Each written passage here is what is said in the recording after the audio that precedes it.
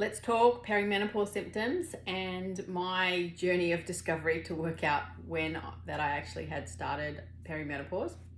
So I have 5 main symptoms that I started with that I still have now, and then I've added on one more that I actually think is related as well. The first symptom for me is weight gain.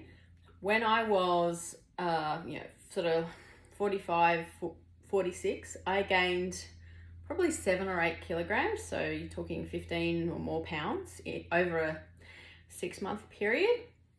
And at the time, I just sort of chalked it up to too many vacations, too much eating, and really just not tracking and watching what I ate as well as I should have.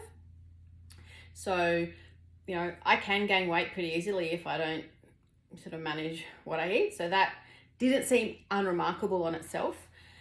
But the second symptom sort of linked to that is the inability to lose weight. So previously, I've never lost weight really easily, but if I really dialed in my nutrition and kept an eye on it, I could lose weight.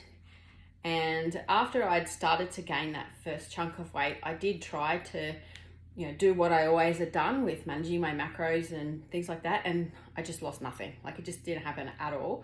And I was extremely frustrated. And at the time, I just, again, chalked it up to, well, clearly it's my problem. I'm not as focused as I thought I was. It's just not, it's me, it's a me problem. So I decided to sort of stop the focus on losing weight. Thought I was over dieted, all that sort of stuff. And came back to it a few months later, did the same thing again, same result, nothing happened. And I was just completely shocked that none of the things I had done in the past were working now, and I really didn't know what to do. So that was sort of my first 2 symptoms. Around that time, I started to notice this sort of brain fog. I just couldn't remember things like I used to. Names, just random times, things that just should be top of mind just were not there. And on its own, you just sort of park it and whatever. The next symptom I had was sort of a lot of shoulder tendonitis or frozen shoulder, which got particularly bad. And at that time, I was at the back end of my sort of CrossFit career. So I had chalked that up to just getting older and CrossFit being hard on your body and blah, blah, blah. So I guess each one of these sort of first 4 symptoms on their own, I didn't, I had a reasonable rational explanation for them, so I didn't really sort of worry about it. And perimenopause and menopause was not on the front of my mind at that point. It sounds stupid now, but in my head, that was like a 50 plus thing. It wasn't something that I thought happened in your mid 40s. And obviously I know better now, but at the time, I just had no idea.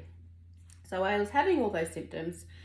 And then this 5th one, which was, regularly through the month, I would just get sad for no reason. I'm just be in a bit of a funk. And it was that symptom that was really the trigger for me, that sort of to put all the dots together and work out what was going on. Because I'm a happy person.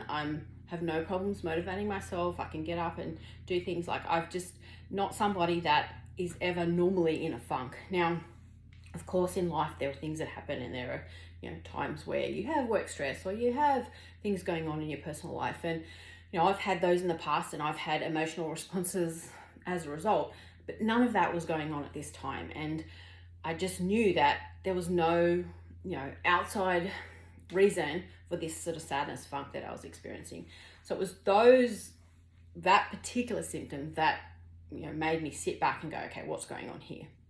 And it was that point that I did the research and I realized, okay, wow, this is perimenopause. And lo and behold, this all happening around age 46 is perfectly average and perfectly normal. And here we are. So, now we're 3 years down the track. I still have all those symptoms. I don't have any hot flashes or any of that stuff. So I guess it's good in that respect. Maybe they're still to come. But I have one more symptom now, which is this weird vertigo problem. Now, my doctor thinks this is not a menopause thing, but I'm not convinced because my symptoms fluctuate through the month, which makes me think that they are hormone related. So essentially, when I go from standing to lying down, about 5 or 10 seconds after I lie down, the room spins. And when I first got it about 8 months ago, it was really bad.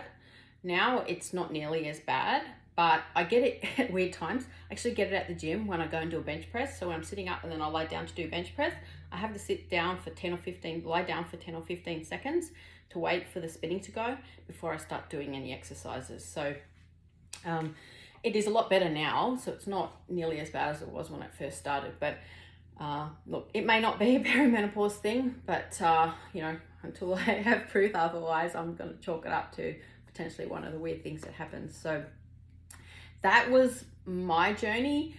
Now it seems really weird that I didn't put it all together earlier, but at that time, no one was really talking about it, and just wasn't something that was front of my mind. And obviously now I think people are talking about it a little bit more, and hopefully that continues to grow over the time.